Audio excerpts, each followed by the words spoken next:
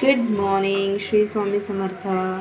आज काय स्पेशल तर आज आपण बनवणार आहे healthy tasty different type of wedges use करून उरलेल्या भातापासनं वेज स्टफ नाश्ता. त्यासाठी आपल्याला या सगळ्या वस्तू लागणार आहेत आणि त्यांचा यूज करून आपण एक हेल्दी नाश्ता बनवू. तो मुलांसाठी पण चांगला आहे आणि आपल्यासाठी तर चांगलाच चांगला आहे. एकदा खा, पोट भरून जाईल, जेवण करायची गरज नाही. Let's go. तर आता आपण बनवतोय ब्रेडचा करून काढायचा आहे. हा ब्रेडचा चुरा झालेला आहे रेडी. आपला बॉल डिप करायला आपल्याला तो लागणार आहे आणि हा असा काढून घ्यायचा आहे साईडला. स्टेप बाय स्टेप करूया आपण, कारण आपल्याला नंतर करायचाच आहे तो. आता आपण काय करणार आहे, आपण जो भात आहे तोला ग्राइंड करून काढणार आहे. त्यासाठी आपण घेतलेला आहे भात आणि तो ग्राइंड करायसाठी त्यामध्ये आपण थोडी सुजी मिक्स करणार आहे. सुजीने काय होईल, सुजी मिक्स केल्याने काय होतं की थोडा बाइंड करायला त्याला एक मिळून जातं, ताकद मिळून जाते. म्हणजे तुम्ही कुठली वस्तू बाइंड करता ना, त्याला एक सपोर्ट मिळून जातो.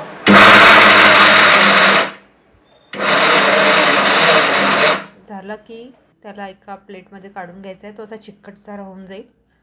आपण त्याला एका प्लेटमध्ये काढून घेतलेलं आहे आणि थोडं तेल लावून त्याचा डो तयार करून घेतला आहे. बिलकुल अगदी हलगद हाताने होऊन जात असते तो, काही त्रास नाही. आता आपण बनवूया स्टफिंगची तयारी करतो आहे. आता आपण एका तेल गरम केलं आहे आणि या सगळ्या वेजीस आपण ऑलरेडी तयार करून ठेवलेल्या आहे.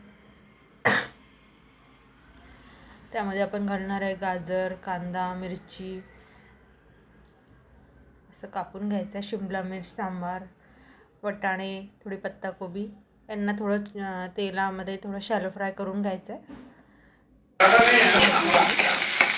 होऊ द्यायचं जेणेकरून जी स्टफिंग आहे ती पटकन व्हायला पाहिजे आतमध्ये. जेव्हा आपण बॉल ओपन करू कापून, त्यामधली जी स्टफिंग आहे ती आपल्याला एकदम छान वाटेल, जसं मोमोजमध्ये असते ना तशाच प्रकारे.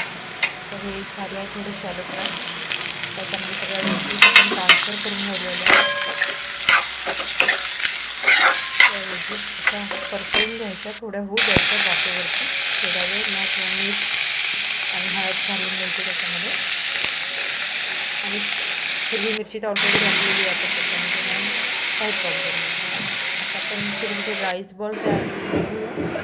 त्या राईसपासून जो आपण ग्राइंड करून काढलेलं होतं त्यामध्ये स्टफिंग झालेली आहे ती आता आपल्याला मिक्सरमध्ये थोडीशी ग्राइंड करून काढायची आहे. मग त्याच्यात चीज मिक्स करायचं.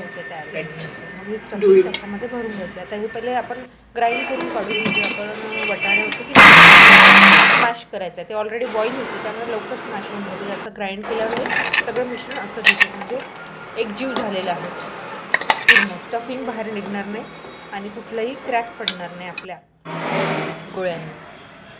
आता थोडं तेल घेऊया आपण तळायसाठी. जे आपण बॉल तयार करतो आहोत ना, असे बॉल तयार करून घ्यायचे.